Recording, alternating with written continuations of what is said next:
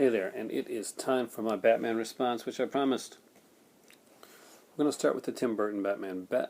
For me, the Tim Burton Batman, aside from the old Adam West stuff, which I love, it's coming out, is my favorite Batman.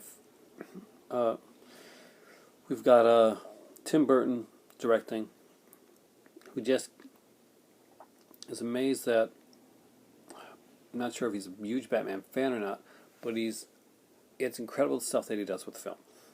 He gets the fact that in the comics, in Batman, Gotham is a character in and of itself. It's a very important, integral part of the Batman mythos. Something that's missing in the new Batman films. Gotham is not Chicago. It should never be, and it should never be just Blast City.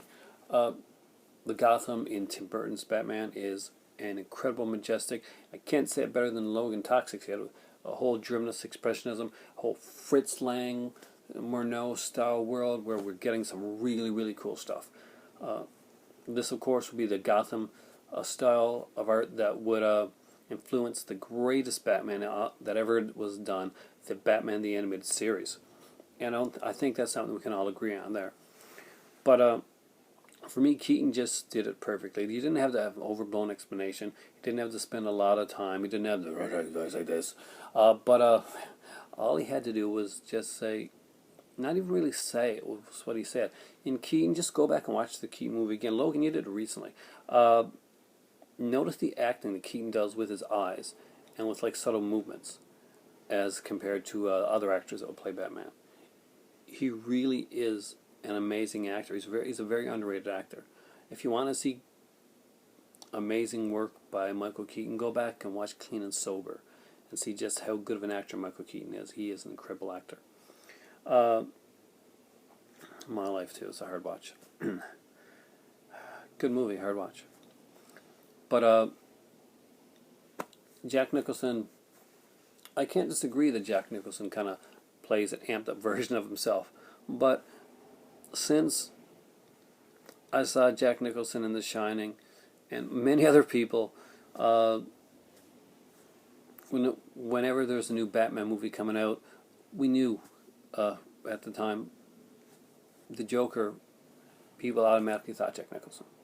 So he played the character the way it was then, and he did an incredible job that I don't think Heath Ledger did that great a job as the Joker. I think Heath Ledger is a great actor, or was a great actor, and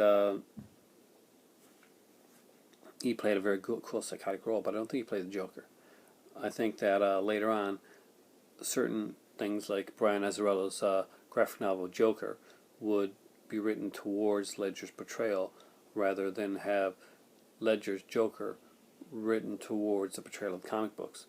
And, that was a stylistic choice at the time, and I do enjoy Ledger in The Dark Knight. But it's not the Joker for me. It's just not. The Batmobile, incredible. You can't beat the Batmobiles from the original movies.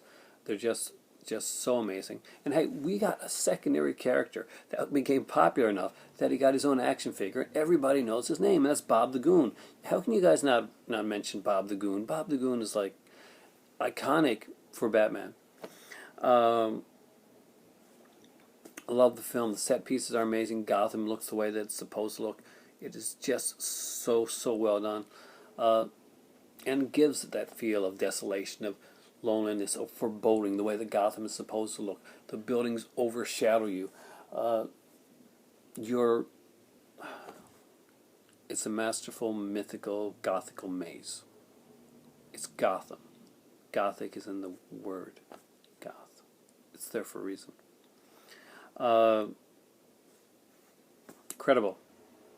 I love the first one. It's my favorite. Batman 1989. You can't beat it. Danny Elfman's score is incredible. Never did I think that the guy from Oingo Boingo will be making incredible scores like this. But hey, I love the theme song Weird Science, so hey, same guy. Prince. Prince gets a bad rap for this. It's a unique soundtrack for the film. It's a secondary soundtrack. I see Danny Elfman as a soundtrack for the film. I see Prince as kind of like the poppy tie-in version. And if you like Prince, you're going to enjoy the Prince music. But if you don't like Prince, well, sorry. It's still a great film. The makeup is great in this one here. The Joker looks incredible. Some people were bothered by the whole Jack Napier taking the place of Joe Chill in the origin, but things change, and this one was a change that I think worked well. We didn't need to see Batman's origin. The origin that we were looking towards here was the Joker's. And guys, we got Jack Palance in this film. Jack friggin' Palance, the amazing man himself. How can you not love a movie that's Jack Palance in it? Pat Hingle may not be the physical incarnation that you want to see of Commissioner Gordon. We would get the perfect Commissioner Gordon in the Batman Begins film. But you know what? Pat Hingle does a good job for what he has to do. I was very disappointed that Billy Dee Williams did not get the chance to play Two-Face. He really, really should have. He is Harvey Dent in the first movie. Gotta catch that one fast, guys.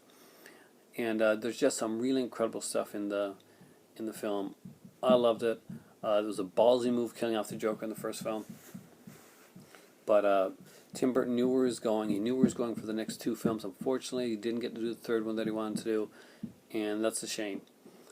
But my next video we're going to talk about Batman Returns, which is the second film in the series, and I'll let you know what I think of it. But right now I'm going to put on the kettle because it is time for tea. And if you haven't watched Drunken Film School, Blu-ray Anonymous, or Logan Toxic, this is my third time in my third video saying it. Go sub to them. Watch these videos that I'm talking about right now. Watch what I'm responding to. And thanks a lot for watching, guys. It is time for tea.